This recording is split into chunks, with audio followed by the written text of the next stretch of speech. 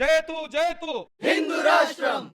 धर्म, धर्मनिरपेक्षता एवं संविधान इस विषय पर श्री चेतन राजहंस जी हमारा मार्गदर्शन करेंगे। तत्पूर्व उनका परिचय जान लेते हैं। श्री चेतन राजहंस जी सनातन संस्था के राष्ट्रीय प्रवक्ता हैं। गत 10 वर्षों से हो रहे अखिल भारतीय हिंदू राष्ट्र अधिवेशन के आयोजन में आपका सक्रिय सहभाग है। आपने हिंदू राष्ट्र स्थापना की दिशा, हिंदू राष्ट्र स्थापना हेतु हिंदुओं का संगठन करें, इन ग्रंथों का संकलन भी किया है। आपका आध्यात्मिक स्तर 67% अर्थात 67% है। मैं चेतन राजहंस जी से अनुरोध करती हूँ कि हमारा मार्गदर्शन करें। जय श्री राम। जय श्री राम। जय श्री राम। जय श्री राम। भगवान श्री कृष्ण और हमारे पूज्य गुरुदेव सनातन संस्था के संस्थापक सच्चिदानंद परब्रह्म डॉक्टर जयंत आठवले जी के चरणों में कृतज्ञतापूर्वक वंदन करता हूँ। आदरणीय व्यासपीठ और उपस्थित सभी संतों के चरणों में मेरा भावपूर्ण नमन। बंधुओं, भारत के अलग अलग राज्यों में जब प्रवास करता हूँ तो एक प्रश्न समाज से बार बार पूछा जाता है कि भारत तो हिंदू राष्ट्र है ही, फिर उसे अलग से हिंदू राष्ट्र घोषित करने का अभियान क्यों चलाना है।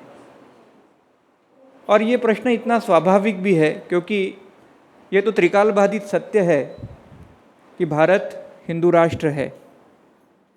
तब भी भारत के संविधान में इस विषय में कोई जिक्र नहीं है।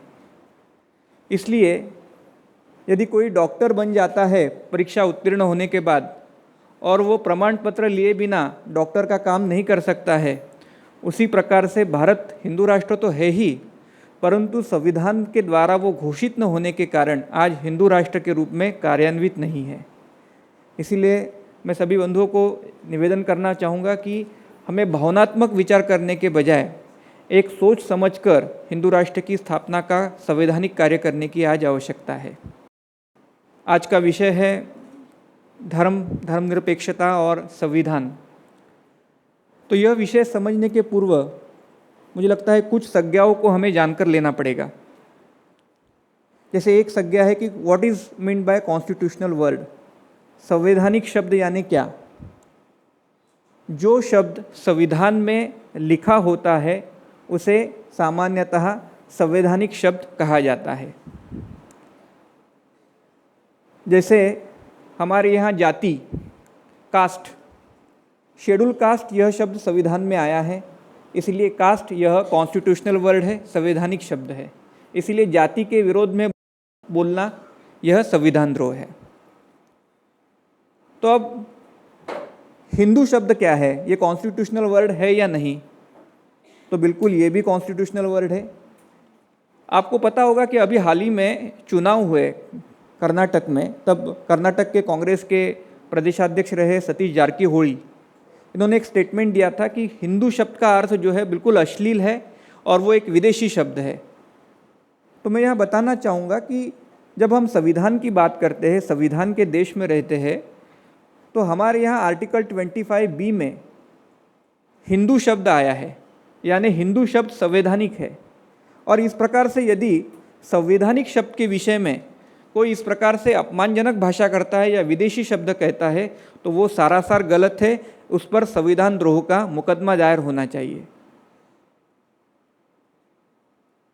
हिंदू शब्द भारतीय है, वो सिंधु से बना हुआ है। स का ह पाणिनीय व्याकरण के अनुसार योग्य है। जैसे हम सप्ताह कहते हैं, हफ्ता कहते हैं, स और ह दोनों में अभेद है, पाणिनीय व्याकरण कहता है। उसी के साथ साथ और एक शब्द आता है धर्म। क्या धर्म शब्द संविधान में है? तो ये शब्द संविधान में नहीं है। हमारे संविधान निर्माताओं ने धर्म के नाम पर रिलीजन शब्द का प्रयोग यानी उपासना पंथ का शब्द प्रयोग किया था और दोनों को एक ही अर्थ से समझा था, यानी धर्म से संबंधित शब्द आज संविधान में नहीं है। लेकिन ऑक्सफोर्ड डिक्शनरी यदि भी, यानी मैं बताना चाहूँगा कि संविधान में धर्म और रिलीजन एक अर्थ से यदि आए हैं, तब भी ऑक्सफोर्ड डिक्शनरी, जो आज विश्व का एक सबसे बड़ा शब्दकोश माना जाता है, उसमें ये दोनों शब्दों के अर्थ जो है वो भिन्न भिन्न दिए हैं। जैसे ऑक्सफोर्ड डिक्शनरी में कहा गया है, universal laws of correct social conduct in Hinduism, Hindu धर्म में निहित सामाजिक सदाचार के वैश्विक नियम, यानी हमारा जो सदाचार है उसका वैश्विक स्तर का नियम है वो, और वो हिंदू धर्म में ही बताया हुआ है। उसी समय पंथ के विषय में, रिलीजन के विषय में क्या कहा गया है?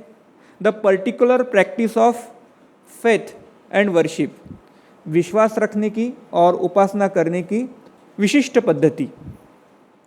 तो जहाँ ऑक्सफोर्ड डिक्शनरी दोनों का अर्थ भिन्न भिन्न बताती है, तो वहाँ हम लोगों को भी ये समझना होगा कि ये दोनों शब्दों के अर्थ भिन्न हैं। अब सेकुलर शब्द के विषय में संविधान में ये शब्द कॉन्स्टिट्यूशनल वर्ड है या नहीं, तो सेकुलर शब्द भारत के संविधान में जब 26 जनवरी 1950 को भारत में संविधान लागू हुआ, उस दिन सेकुलर शब्द भारत के संविधान में कहीं भी नहीं था। तो उस समय ये शब्द क्या था? अनकॉन्स्टिट्यूशनल था। ये शब्द आया कहाँ? तो आपातकाल जब था 1976 में, विपक्ष कारावास में था और कांग्रेस की सरकार के विरोध में एक आंदोलन चल रहा था समाजवादियों का, जिसको समर्थन मिला था जनसंघ का। तो उस समय की इंदिरा गांधी सरकार ने समाजवादियों को उनकी तुष्टीकरण के लिए और जनसंघ के जो मतदार थे, हिंदू वोटर्स थे, तो अहिंदू वोटर्स को उनकी तुष्टि करने के लिए उन्होंने संविधान में 42वां संविधान सुधार किया और समाजवादी और सेकुलर ऐसे दो शब्दों को जोड़ा। तो अभी 1976 के बाद भारत के संविधान में सेकुलर शब्द आया है, लेकिन दुर्भाग्यवश मैं बताना चाहूँगा, आज तक till date there is no definition of secular word in our constitution. हमारे संविधान में सेकुलर शब्द की कोई डेफिनेशन आज तक दी नहीं गई है। यदि संविधान में कोई शब्द डाला जाता है तो उसकी डेफिनेशन या व्याख्या करना आवश्यक होता है, क्योंकि उसी के आधार पर उसका इंटरप्रिटेशन जजेस करते हैं जो न्यायालय में बैठे होते हैं, एडमिनिस्ट्रेशन करता है या मीडिया उसी दृष्टिकोण से उसका विचार करती है। लेकिन आज तक इस शब्दों का क्या अर्थ निकाला जाना चाहिए सेकुलर शब्द का, ये कहीं भी बताया नहीं गया है, उसकी व्याप्ति भी बताई नहीं गई है। मैं अलग अलग राज्यों में प्रवास करता हूँ तो मैंने एक चार्ट ही बनाया कि हर राज्य में सेकुलर शब्दों को क्या बताया जाता है। आप स्क्रीन पर चार्ट देख सकते हैं। मैं दिल्ली में था, एक कार्यक्रम में गया था, राज्यपाल महोदय वहाँ कार्यक्रम के मुख्य अतिथि थे वहाँ के। उन्होंने बोलते बोलते अपने भाषण में कहा कि सेकुलरिज्म यानी एथिज्म, यानी सेकुलरिज्म ये नास्तिकतावाद यह है। अब विरोधाभास क्या है? हमारे संविधान में तो धर्म की स्वतंत्रता की बात कही गई है। धर्म की स्वतंत्रता जहाँ है वहाँ नास्तिकता रहने का कोई आह्वान है क्या हमारे संविधान में? लेकिन राज्यपाल महोदय जो एक घटनात्मक पद पर बैठा हुआ व्यक्ति होता है, उसके ही मन में इस शब्द के विषय में भ्रम है। मैं उत्तर प्रदेश में गया था, लखनऊ। वहाँ मुझे बताया गया कि धर्मनिरपेक्ष इसका सही अर्थ है, एक अधिवक्ता ने ही बताया। तो मैंने बताया कि जो भारत के संविधान का ऑफिशियल ट्रांसलेशन हिंदी में हुआ है भारत सरकार के द्वारा, राष्ट्रपति महोदय के हस्ताक्षर द्वारा, उसमें उस शब्द का प्रयोग पंथ निरपेक्ष किया है। कहीं भी हिंदी संविधान में धर्मनिरपेक्ष शब्द है ही नहीं, लेकिन आज धर्मनिरपेक्ष शब्दों को चलाया जा रहा है। महाराष्ट्र में खुले खुला सभी लोग कहते हैं कि सेकुलरिज्म यानी सर्वधर्म संभव।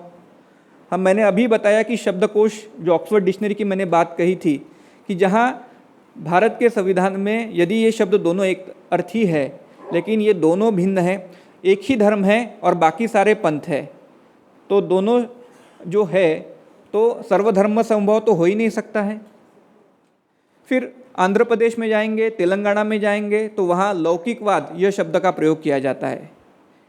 एक स्तर पर देखा जाए तो यूरोपीय कल्पना के आधार पर यह शब्द प्रयोग योग्य है, क्योंकि वहाँ डिविनिटी यानी रिलीजन यानी दैववाद और सेकुलरिज्म यानी लौकिकवाद ऐसा शब्द प्रयोग या ऐसा विभाजन समाज में किया हुआ है। लेकिन भारत के किसी भी राज्य में इस प्रकार का अर्थ नहीं है। मैं कर्नाटक गया था, वहाँ जात्यातीत यह शब्द का प्रयोग किया जाता है। सेकुलरिज्म यानी जात्यातीत, यानी क्या? जाति के परे।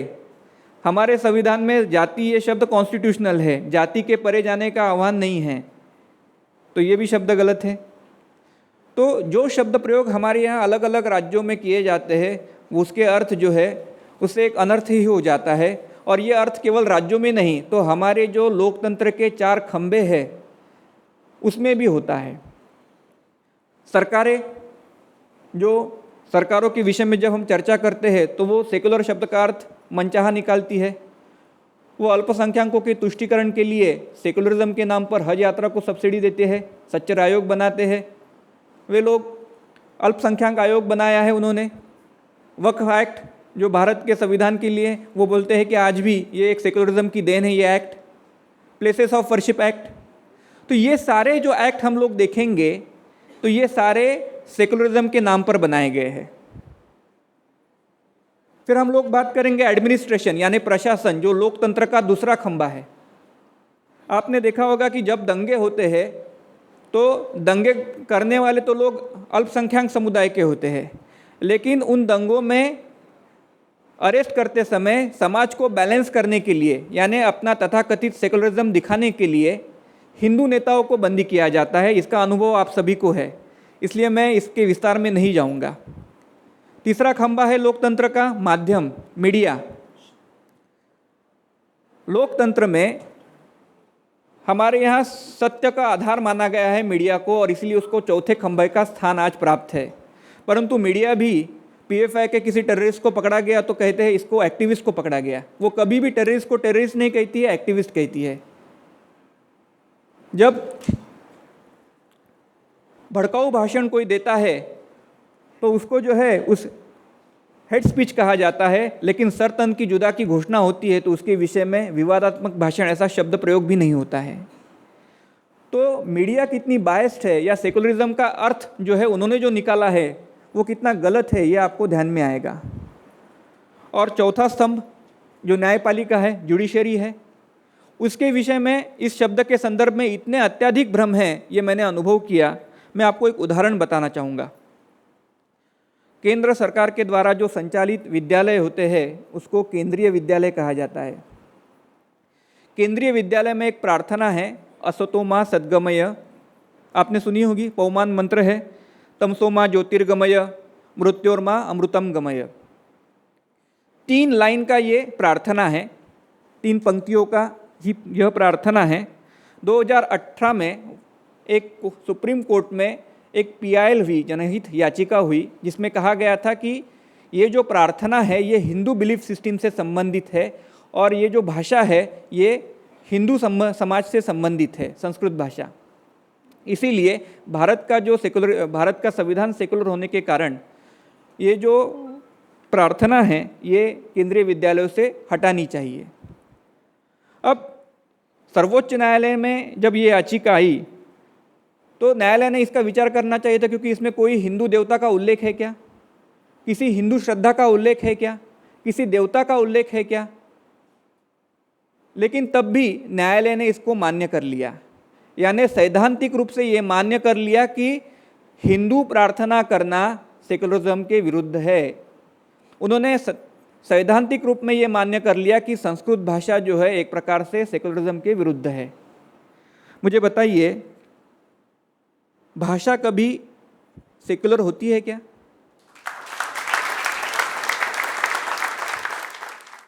और ये यदि हम लोग मान भी ले तो फिर आगे जाके ये हो जाएगा कि संस्कृत भाषा में बोलना केंद्रीय विद्यालयों में सेकुलरिज्म के विरुद्ध हो जाएगा। असतो मा सद्गमय, इन 3 जो पंक्तियां है हिंदू श्रद्धा से संबंधित है ऐसे कहा गया था। सरल अर्थ है उसका असत्य की, यानी असतो मा सद्गमय यानी असत्य से सत्य की ओर जाओ। दूसरा है अंधकार से ज्ञान की ओर जाओ यानी प्रकाश की ओर जाओ। और तीसरी लाइन है मृत्यु से अमरत्व की ओर जाओ। इन 3 लाइन में कहाँ हिंदू धर्म का प्रचार है? ये तो एक प्रकार का दर्शन है कि जो विश्व के कल्याण के लिए है, विश्व की सीख है ये। लेकिन एक प्रकार से न्यायालय ने इस नैरेटिव को मान्य कर लिया, तो अब उसके इंटरप्रिटेशन आगे जाके कैसे निकलेंगे मैं आपको छोटे उदाहरण देता हूँ, क्योंकि एक जब न्यायालय में आज भी ये अभी संविधान पीठ के पास गया है, क्योंकि आज जब ये 2018 में सरकार न्यायालय ने इसको मान्य किया, 2019 में उस पर बहस हुई, उसके बाद निरंतर चर्चा के बाद न्यायाधीशों में एक भ्रम हो गया कि हम सही जा रहे हैं या गलत हो जा रहे हैं। तो अभी 2021 में ये संवैधानिक पीठ के पास यानी घटना पीठ के पास इसको भेजा गया है। लेकिन ये निर्णय यदि सत्य हो जाता है तो उसकी इंटरप्रिटेशन कैसे निकलेंगे मैं आपको बताता हूँ। जैसे सेकुलरिज्म यानी संस्कृत भाषा का विरोध और अंग्रेज़ी भाषा का स्वीकार, ये मान्य हो जाएगा। सेकुलरिज्म यानी हिंदू प्रार्थना को विरोध और ख्रिस्ती प्रेयर का अपनाना, ये मान्य हो जाएगा। उसके बाद सेकुलरिज्म यानी भारतीय दर्शन शास्त्र को विरोध, यह माना जाएगा। सेकुलरिज्म यानी सत्य की ओर जाने को विरोध, सेकुलरिज्म यानी ज्ञान को स्वीकारने का विरोध या अमरत्व का दर्शन प्राप्त करने का विरोध। ऐसे भिन्न भिन्न इंटरप्रिटेशन आगे जाके निकल सकते हैं। यह ऐसी स्थिति है। बहुत बार अलग अलग राज्यों में हम जाते हैं तो जब हाई कोर्ट में बार एसोसिएशंस में लेक्चर्स होते हैं तो बहुत सारे एडवोकेट्स बोलते हैं कि हमारे संविधान में 1976 में यदि ये शब्द आया है तब भी भारत के संविधान का जो मूल ढांचा था या फैब्रिक था वो सेकुलर ही था। तो ये भी एक भ्रांति है, क्योंकि भारत का संविधान का ढांचा कभी भी सेकुलर नहीं था। आपने देखा होगा कि आर्टिकल 25 टू 28, ये चारों आर्टिकल आप अनुच्छेद पढ़ेंगे तो ये सेकुलरिज्म के बेसिक्स कहा जाते हैं, संविधान सेकुलरिज्म का मूल भाव बताए जाते हैं। लेकिन जब आर्टिकल 29 और 30 पढ़ते हैं आप तो वो अगेंस्ट ऑफ सेकुलरिज्म है, क्योंकि वो अल्पसंख्यकों के लिए निश्चित किए गए हैं। तो जहाँ समभाव तो दोनों में नहीं है, सेकुलरिज्म यदि 25 से 28 हम मान ले तो 19 और 30 तो बायस्ड है। तो इसी दृष्टिकोण से हमने ये समझना चाहिए कि फैब्रिक कभी भी सेकुलरिज्म नहीं था।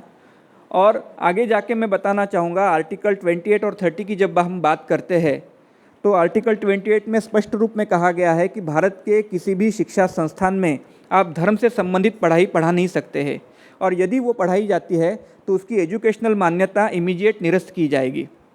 इसलिए भारत के किसी भी शिक्षा संस्थान में रामायण, रामचरितमानस, गीता, महाभारत ये पढ़ाया नहीं जाता है।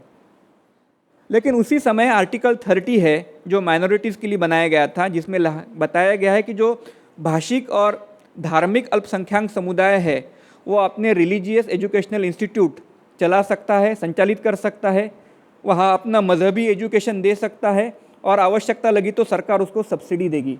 यानी मदरसा हो सकता है, वहाँ कुरान और हदीस पढ़ाया जा सकता है, और आवश्यकता लगी तो उसके अत्याधुनिकीकरण के लिए सरकार फंड भी देगी। होता क्या है कि इस प्रकार से भेदभाव होने के कारण हमारा बच्चा पहली कक्षा से जब पढ़ता है तो उसको धर्म का कोई ज्ञान नहीं होता है, और जब ग्रेजुएट बनता है तो वो नास्तिकतावादी बन जाता है। और उनका बच्चा पहली कक्षा से धर्म पढ़ते पढ़ते आगे जाके मजहबी कट्टर बन जाता है। ये सेकुलरिज्म के नाशब्द ने किया हुआ हमारे पीढ़ियों पर अन्याय है। मैं आपको बताना चाहूँगा कि धर्म एकमात्र ऐसी जीवन की चीज़ है कि जो व्यक्ति को सिखाती है कि शुभ कर्म क्या है, अशुभ कर्म क्या है, पाप कर्म क्या है, अनुचित कर्म क्या है। और पिछले 75 वर्षों में, इस बार हम आज़ादी का अमृत महोत्सव मना रहे हैं, 75 वर्ष हो चुके हैं। 25 वर्ष की एक पीढ़ी यानी जनरेशन हमने माना तो पिछले 3 पीढ़ियों में हमें धर्म शिक्षा से वंचित रखा गया है। आज हमारे दादा दादी, नाना नानी या हमारे जीवन में संत महात्माओं की जो कृपा हुई है उसके कारण हमारे जीवन में धर्म शेष है, परंतु आगे आने वाली 2-3 पीढ़ियों के बाद क्या हिंदू समाज के जीवन में ये धर्म शेष रहेगा? क्योंकि सेकुलरिज्म ने तो ये हमारे यहाँ रास्ता ही ख़त्म कर दिया है। तो आने वाला काल भीषण है, और इसीलिए हम लोगों को इस दृष्टिकोण से समझना होगा। सेकुलर शब्द के विषय में मैं आपको बताना चाहूँगी, क्योंकि ये व्यवस्था जो है सेकुलरिज्म के कारण एक अधर्मी व्यवस्था बनती जा रही है। क्योंकि धर्मनिरपेक्ष शब्द जो है ऐसा कुछ होता ही नहीं है, धर्म के विरुद्धार्थी शब्द जो है वो अधर्म है, बीच का कोई ऐसा होता ही नहीं धर्मनिरपेक्ष शब्द वगैरह। इसलिए सेकुलर व्यवस्था है यानी अधर्मी राज्य है, हमने समझ कर लेना चाहिए। हमारे यहाँ भारत में कहा जाता है कानून का राज्य। मुझे बताइए, यदि भारत में कानून का राज्य है तो कानून यदि विदेशी होगा तो राज्य कैसे होगा? विदेशी होगा ना। यदि कानून स्वदेशी होगा तो राज्य कैसे होगा? स्वदेशी होगा। यदि कानून अच्छे होंगे तो राज्य कैसा होगा? और यदि कानून ही अधर्मी होंगे तो राज्य कैसा होगा? तो आज का राज्य कैसा है? अधर्मी राज्य है। मैं उसका एक उदाहरण आपको देता हूँ। हमारे यहाँ प्लेसेस ऑफ वर्शिप एक्ट 1991 बना था। 1991 में जब अयोध्या का राम मंदिर का आंदोलन चरम पर था, उस समय ये कानून बना। और आज भी जहाँ जहाँ हम जाते हैं मीडिया वाले हमें बताते हैं कि ये भारत के सेकुलरिज्म की देन है। ये कानून एक बहुत अच्छा कानून है। आपको पता है इस कानून में क्या है? इस कानून में बताया गया था कि राम मंदिर को छोड़ के जितने सारे भारत के धार्मिक स्थल है, उनका 1947 में जो उनका धार्मिक स्वरूप था वो अबाधित रहेगा। यानी यदि मथुरा में मस्जिद है तो वो 1947 में थी तो आज भी वो रहेगी। उसके विरोध में आप सुप्रीम कोर्ट में या हाई कोर्ट में या किसी भी न्यायालय में नहीं जा सकते हैं। मुझे बताइए, किसी पर यदि अन्याय हुआ है और उसको न्यायालय में जाना है और उसको न्यायालय में जाने का उसको मार्ग ही बंद कर दिया जाए तो क्या होगा? न्याय कहाँ मांगा जाएगा? तो न्यायालय में जाने से रोकने वाला ये पहला भारत का कानून है। और यह कानून के कारण ही आज तक ज्ञानव्यापी मस्जिद का जो है झगड़ा आज तक हमारे यहाँ एक हम लोग न्यायालयीन संघर्ष, आज बहुत अच्छी बात है कि आज इस कानून में भी एक प्रकार से कानून के विषय में शोध करके एक अच्छी दिशा निकालकर विष्णु जैन जी ने इस विषय में एक अच्छा काम किया है और हमारे पक्ष में इस विषय को लाया है। परंतु इसके पहले तक ये कानून इस प्रकार का काम कर रहा था कि काशी के मुक्तेश्वर में को मुक्त करने के दृष्टिकोण से ये कानून जो है एक प्रकार से दीवार खड़ी कर रहा था। काशी में मुक्तेश्वर है जो मोक्ष के लेकर जाते हैं, हमारे मोक्ष मार्ग में ही बाधा डालने का काम ये कानून कर रहा था। तो ऐसे अधर्मी कानून इन लोगों ने बनाए। महाराष्ट्र में एक कानून बना, महाराष्ट्र अंधश्रद्धा निर्मूलन कानून। ये 2013 का कानून है। इसमें कहा गया था कि शरीर को पीड़ा देकर किसी भी प्रकार का धर्म का आचरण करना यह एक प्रकार से अंधविश्वास माना जाएगा। इस कानून में यानी उसका यदि इंटरप्रिटेशन हम करते हैं तो पैदल चलकर यात्रा करना यानी शरीर को या हमारे जो पैर है उनको कष्ट देने जैसा है।